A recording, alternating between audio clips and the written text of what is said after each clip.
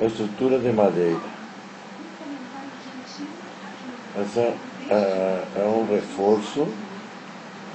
Na verdade, o conteúdo que nós já vimos nas últimas duas aulas para vocês fixarem, né?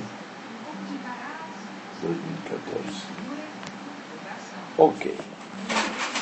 O negócio é o seguinte: primeiro temos que entender que a secção mais comum na madeira é a secção retangular.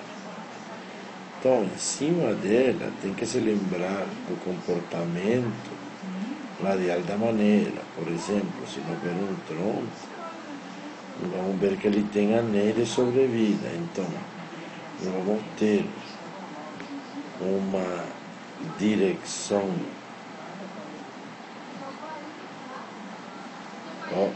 paralela às fibras.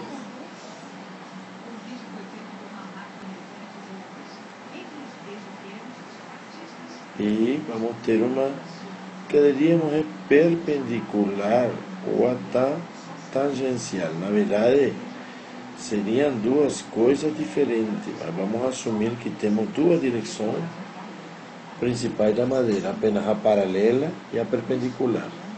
Paralela e perpendicular, tá bom? Só para não perder, uma representação clássica da madeira em secção transversal é isso, e em secção longitudinal é isso, para demonstrar o sentido das fibras, ok? Outra coisa importante que não vamos ver é a questão das dimensões mínimas para as peças, onde uma peça principal, por exemplo, em treliças, todo mundo é principal. Se você em uma treliça cortar um elemento disso, isso aqui vira hipostático. Então tem que se lembrar o que é principal e o que não é. Mas a secção tem que ser no mínimo com uma área maior que 50 centímetros quadrados e com uma dimensão no mínimo de 5, ou seja, uma secção transversal de 5 por 10 centímetros é o mínimo que nós vamos usar, ok? Os outros valores estão aí, peças secundárias, principal múltiplas, ou seja, múltiplas temos duas pecinhas assim, transversalmente, tá? Tá bom? Aí, quando são principais, no mínimo temos que ter 2,5 centímetros de espessura, né? E pelo menos, mais ou menos 12 centímetros de altura, tá? Outra coisa que é importante é a parte de diâmetro de pinos, que para prego é menor 3 milímetros, parafusos 10 milímetros, mínimo 2 pinos por ligação, ou seja, 2 pregos, 2 parafusos. Arruelas de aço, diâmetro 3D e com espessura para 4 milímetros para a ponta e 3 milímetros para as comuns.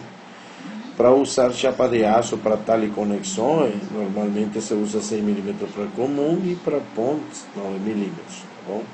Ok.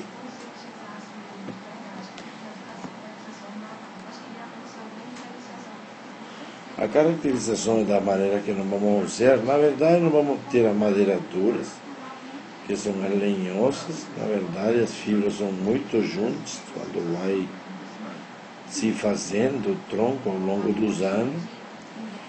E temos, por dizer assim, os pinheiros, né? Ele tem as fibras bem mais separadas. Na verdade, isso aqui tem a ver muito com madeiras duras e madeiras suaves. É uma classificação que se usa internacionalmente, né? Hardwoods, enquanto madeira é wood. Quando vira estrutura, ou desculpem aqui, quando vira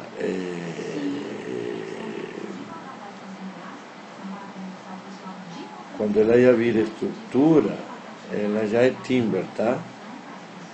É uma madeira suave, vamos dizer assim, né? Tá? Lembre-se, né? Quando é estrutura é timber, já a madeira que já é usada estruturalmente, tá bom? Aí o que nós temos? Ó, nós temos que trabalhar com umidade de 12% e no mínimo de espécies conhecidas nós temos que fazer 6 exemplares a compressão com coisa de 5 por 5 metros por 15 centímetros.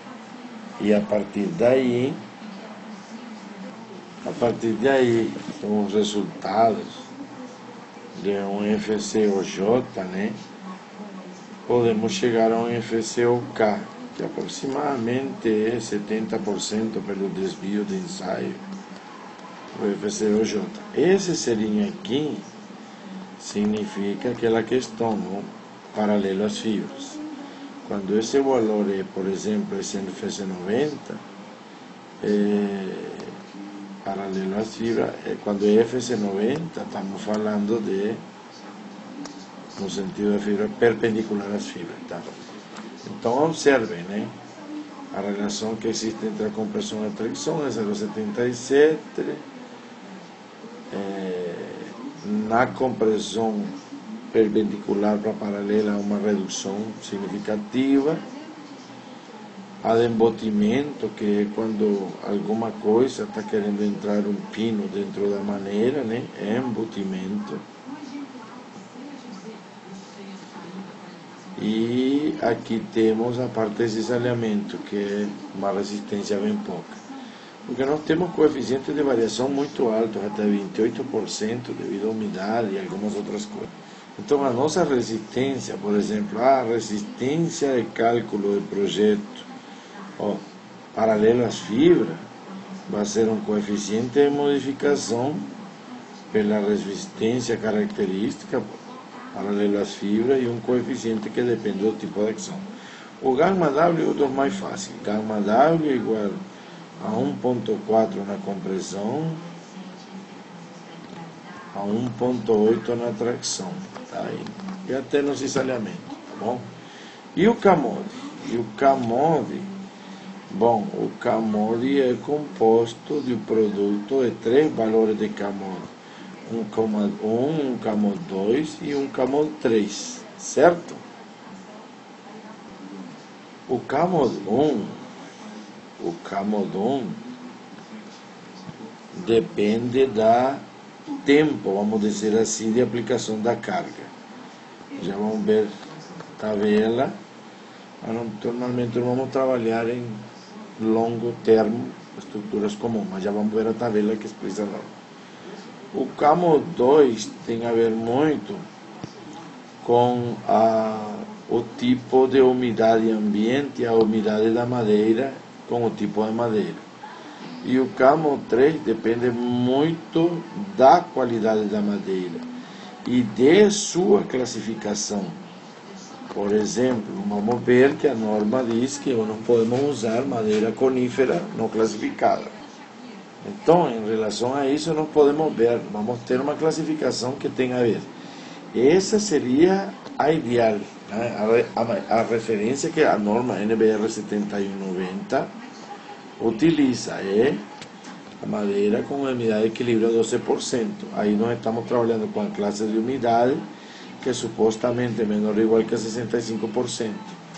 Essa umidade de equilíbrio vai passar para 15% se a umidade ambiente é maior, entre 65% e 75%, classe 2.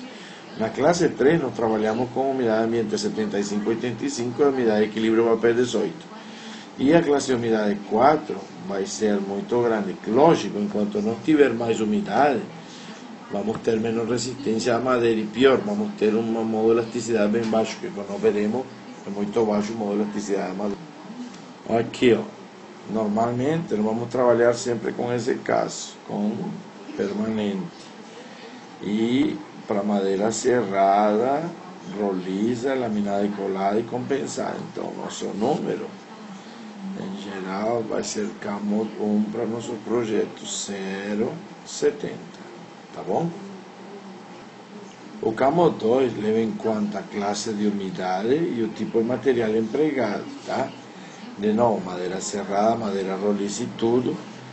Em geral, ou não usamos a classe 2, aquela classe de umidade que vai até 75%, ou vamos para ambientes externos, onde a umidade é muito maior que 85%, tá?